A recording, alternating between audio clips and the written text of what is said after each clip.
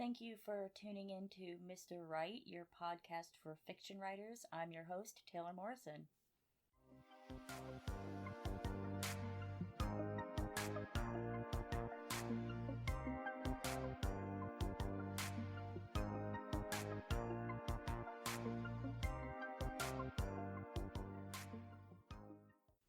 Today's episode is going to be about different websites that you can use for your writing, different applications, and different ways that you can write, because I know many people are different with their processes and how they like to do things.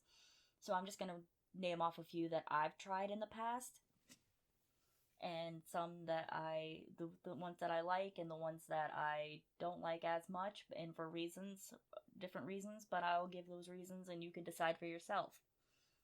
So I started writing seriously about 7 or 8 years ago, and I started on a website called writerscafe.org. Now, Writers Cafe might be a little dead at this point, but you can always test it out and see how you like it, because it is free. It's a free website, and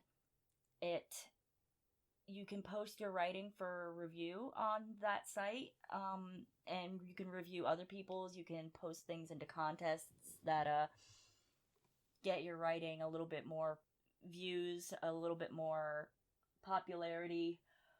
Now, one of the things that I don't like about Writers Cafe is that everybody on the site is wanting other people to review their stuff, but they don't really want to review other people's stuff, because, if you can post your own writing and wait for reviews and then not review other people, that's usually what ends up happening. So you can post something, and unless you start going out of your way to ask for reviews or go and really work at it to get your stuff seen, you're not going to get many reviews on there, or critiques on there.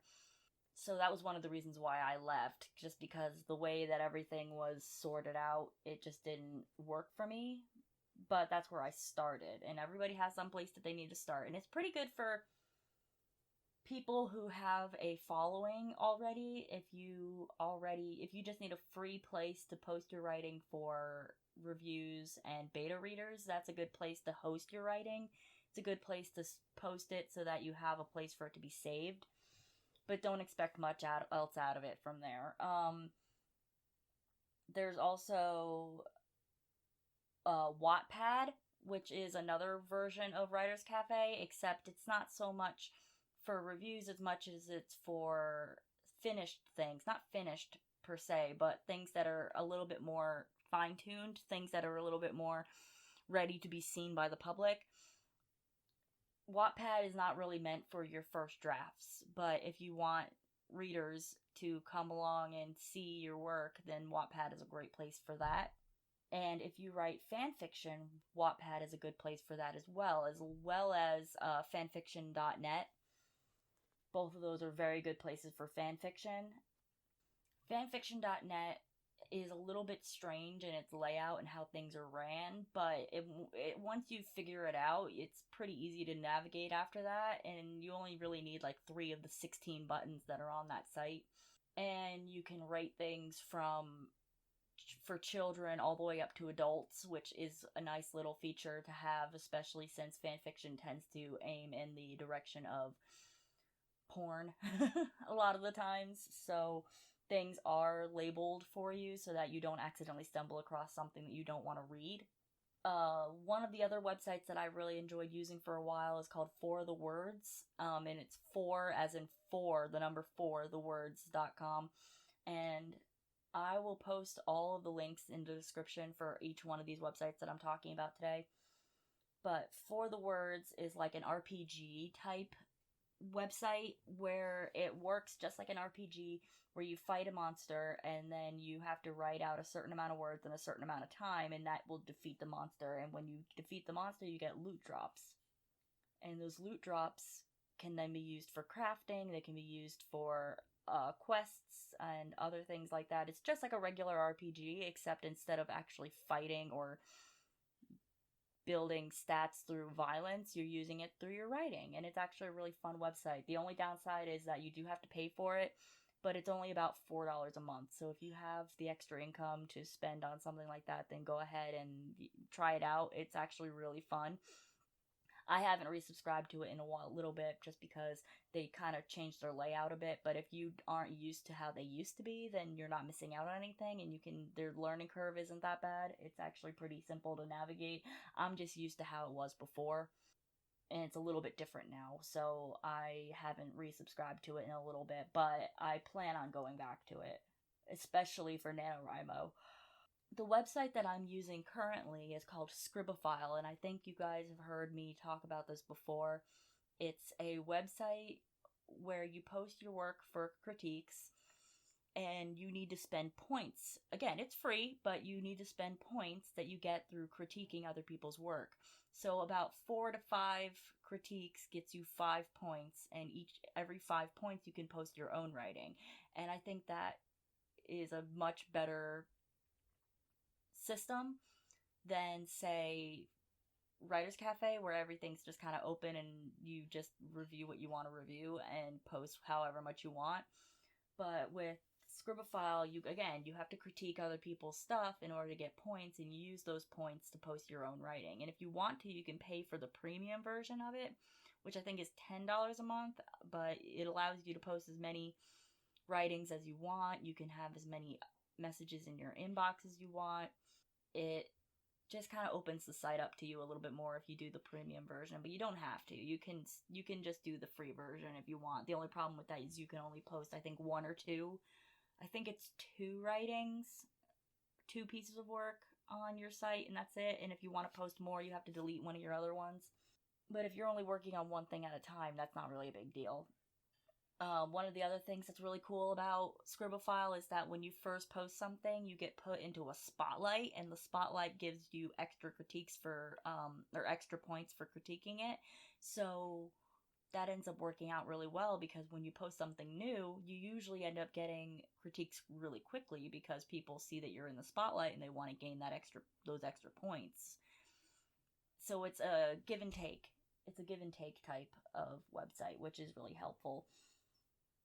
And the last one I wanted to talk about was called Wavemaker, and it is a free alternate version to Scrivener.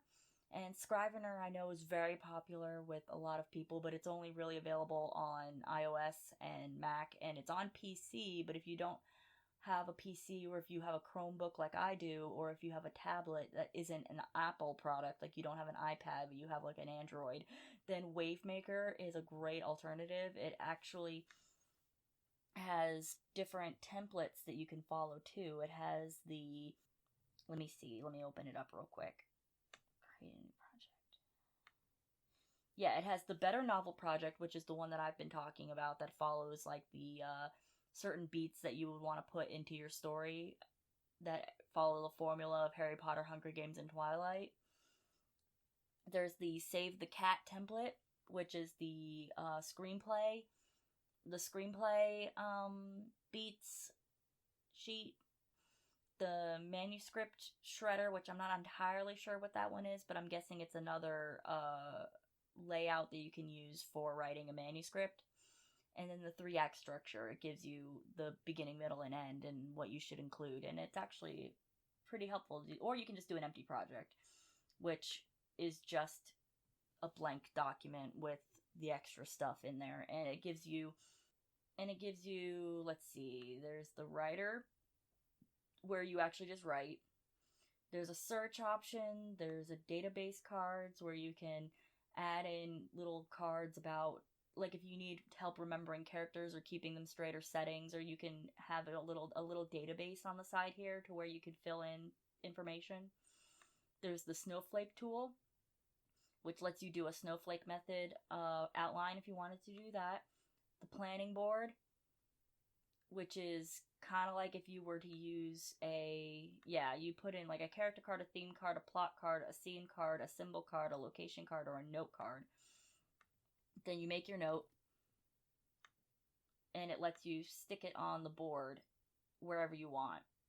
There's a grid planner, which is kind of similar to how J.K. Rowling did her outline for Harry Potter, where you put down the chapters, the characters, and like what scenes that they're in together and stuff like that. There's a mind map option. There's a timeline tool.